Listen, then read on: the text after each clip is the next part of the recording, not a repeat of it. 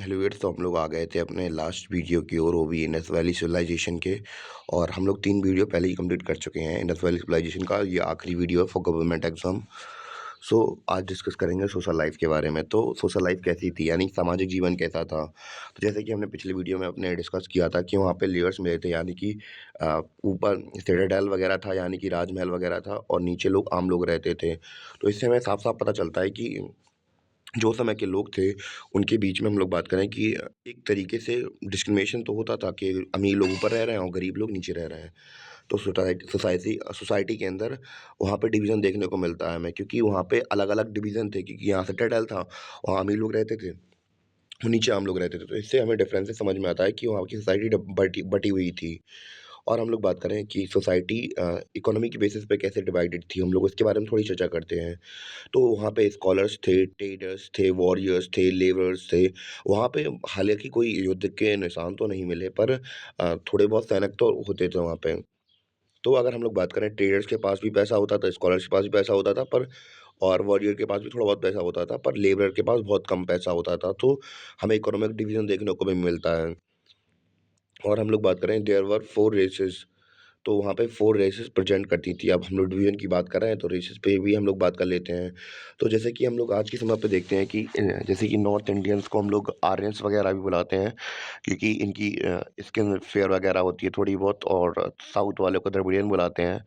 मैं कुछ किसी का डिस्क्रिमिनेशन नहीं कर रहा, बस ऐसा कहा जाता है, मतलब रेसेस वगैरह होती हैं। जैसे इंडिया अ, वो मतलब अगर यूपी वाले क्षेत्र की बात करें या फिर एमपी की बात करें, तो ऐसा माना जाता है ये सब आर्यन के वंशज हैं। मैं पर्टिकुलरली नहीं कह रहा हूँ, किसी का डिस्क्रिमिनेट नहीं कर रहा हूँ, ऐसा कहा जाता है। तो फिर और द्रविडियंस कहा जाता है साउथ इंडिया को। और अगर हम लोग बात करें कि कश्मीर वगैरह की, तो उन्हें अल्पाइन कहा जाता है। और जो क्या लिखा है, मंगोलाइड्स, जो जैसे कि नॉर्थ इंडिया हुए, तो ये मंगोलाइड्स वगैरह के लोग हैं, सिस्टर्स हैं उनके वहाँ पे। तो वैसे ही वहाँ पे 4 ट्राइब्स वगैरह रेसेस प्रेजेंट थी, जैसे मेडिटेरियन, इन्हें हम लोग इंडो आर्यंस कहते हैं, और अल्पाइंस को हम लोग पहाड़ी कहते हैं, और मंगोलोइड्स को जैसे कि नॉर्थ इंडिया में असम वगैरह के लोग हुए तो वो, और प्रोटो ऑस्ट्रोइड को साउथ इंडिया के लोग कहते हैं, द्रविडियंस कहते हैं इन्हें। तो पहले ही मैं बता दूँ, मैं किसी को डिस्क्रिमिनेट नहीं कर रहा हूँ, बस ऐसा होता है, मतलब लिखा है इसमें, तो मैं बता रहा हूँ। और ये कुछ वैलिड सोर्स से ही मैंने लिया हुआ, तभी मैं बता रहा हूँ। People are fond of recreational activities, यानी कि लोगों को मनोरंजक गतिविधियाँ करने में बहुत मज़ा आता था। तो ऐसे फैक्ट वगैरह मिले हैं कि वहाँ पे लोगों को नृत्य करना पसंद था, संगीत करना पसंद था, और पाँच से संबंधी खेल भी खेलते थे, क्योंकि हमें वहाँ पे पास वगैरह देखने को मिले हैं। और हम लोग बात करें नृत्य की, नृत्य और संगीत की बात करें, तो नृत्य में हमें ये वहाँ पे डांसिंग गर्ल देखने को मिली। एक ऐसी मूर्ति मिली है जो कि डांस की पोजीशन में खड़ी है। तो अब भैया डांस है तो फिर संगीत भी होगा, तो ऐसा भी है। ऐसा मतलब माना जाता है कि वहाँ पे ये सारी चीज़ें देखने को मिली हैं हमें। तो हम लोगों ने अपना सोसाइटी डिस्कस कर ली थी कि लोगों फिर बता दे रहा है, लोगों के बीच में डिवीज़न था। और हम लोग बात करें कि इकोनॉमिक बेसिस पे सोसाइटी कैसे स्कॉलर्स, ट्रेडर्स वगैरह में बटी हुई थी, और वहाँ पे अलग-अलग कौन-कौन सी रेसेस एग्ज़िस्ट करती थी, उसके बारे में हम लोगों ने डिस्कशन कर लिया। और लास्ट में हमने देखा कि वहाँ के लोगों को मनोरंजन का काम करने में बहुत मज़ा आता था, जैसे कि गेम खेलना हुआ या फिर दूसरी चीज़ें करना हुआ, तो इन लोगों को ये सब चीज़ें करने में बहुत ज़्यादा मज़ा आता था।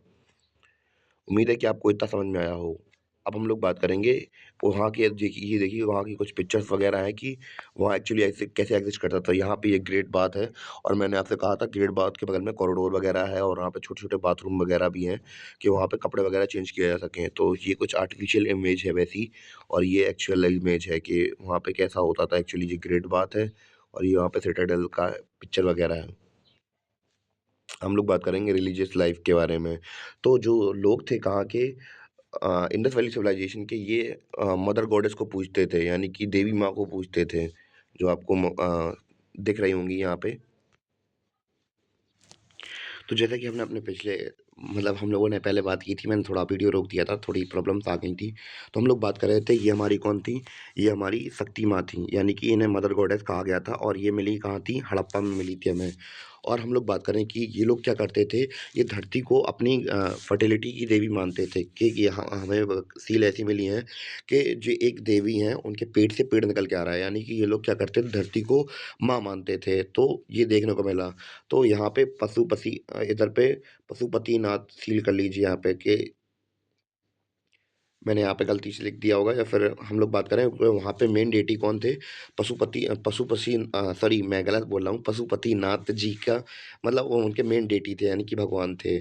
और ये लोग कुछ चीज़ को पूजते थे, जैसे कि पीपल वगैरह हुआ, तो इनको सब पूजते हुए थे।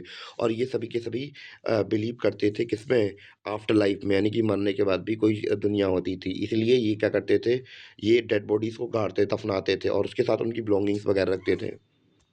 और ये कुछ उनकी सील्स वगैरह हैं, जो हमें देखने को मिलती हैं। तो इसमें हम लोग बात करें कि टाइगर हुआ, हिरण हुआ, हमें सील्स में दिख रहे हैं, ऑक्स हुआ, राइनो हुआ, फिश हुई, सी हॉर्स हुए, सी हॉर्स हुए, तो ये सब हमें देखने को मिलता है कि हाँ, उस समय पर ऐसे-ऐसे एनिमल ये लोग देख ऑब्ज़र्व वगैरह करते रहते थे। तो इस प्रकार हम अपने रिलीजियस लाइफ़ निपटा ली। तो हम लोग पहले रिलीजियस लाइफ़ को दोबारा से रिवाइज़ कर लेते हैं कि इस चैप्टर में है क्या एक्चुअली। एक्चुअली तो हम लोग रिलीजियस लाइफ के बारे में बात कर रहे थे। मैंने थोड़ा गलती से ये फ़ोन को मैंने उस साइड रख दिया, तो इस वजह से डिस्प्ले थोड़ी वैसी आएगी आपके में, उसके लिए मैं पहले ही सॉरी बोल दे रहा हूँ। और हम लोग रिलीजियस लाइफ के बारे में बात कर रहे थे। तो रिलीजियस लाइफ में हमने क्या-क्या देखा था, मदर गॉडेस की वर्शिप करते थे। ये हम आपको इमेज दिख रही है, हड़प्पा में मिली थी। और हम लोग बात करें, अर्थ को फर्टिलिटी गॉडेस मानते थे। मेन डेटी पशुपतिनाथ थे और ये वर्शिप करते थे कुछ पेड़ों की, जैसे कि पीपल हुआ। और हम लोग बात करें कि ये लोग आफ्टर लाइफ में बिलीव करते थे। और ये जो बॉडी वगैरह होती थी इंसानों के मरने के बाद, उसे दफना देते थे।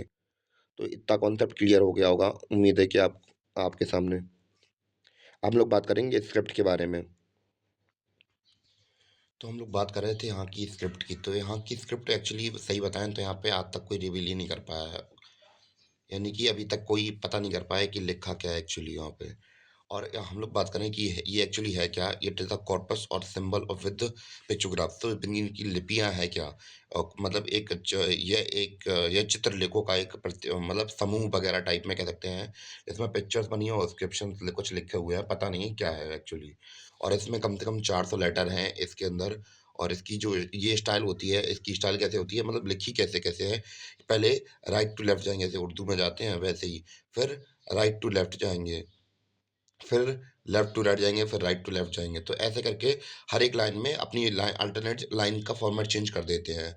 तो इसे क्या कहा जाता है इंग्लिश में? इसे कहा जाता है बॉस्ट्रोफोडन कहा जाता है। मतलब लिखने की स्टाइल को बॉस्ट्रोग्राफन का मतलब बॉस्ट्रो बॉस्ट्रोफेडन कहते हैं इसे। और इसका जो मेन सिंबल है, हर ज़्यादातर सील्स में मिला है हमें, वो क्या है, यूनिकॉर्न यूनिहॉर्न है, या फिर इसे यूनिकॉर्न या फिर यूनिबुल, यूनिऑक्स कह देते हैं। तो ये जो सामने आपको ये जानवर दिख रहा है, तो ये वही जानवर है। और हम लोग बात करें कि यहाँ पे ये लिखी है सिंबल्स। और उम्मीद है कि आपको स्क्रिप्ट समझ में आ गई हो पूरी। और अब हम लोग बात करेंगे किसके बारे में? डिक्लाइन के कारण। तो मेनली हम लोग बात करें, हम लोगों ने बात की थी कि 19वीं सदी तक इसका डिक्लाइन अप्रॉक्स हो ही गया था। और 19th सेंचुरी 1900 बीसी में अप्रॉक्स इनका पतन होने ही लगा था, बिल्कुल अप्रॉक्स एंडिंग में पहुंच गई थी। हड़प्पा मोहनजोदड़ो सब खत्म हो गए थे।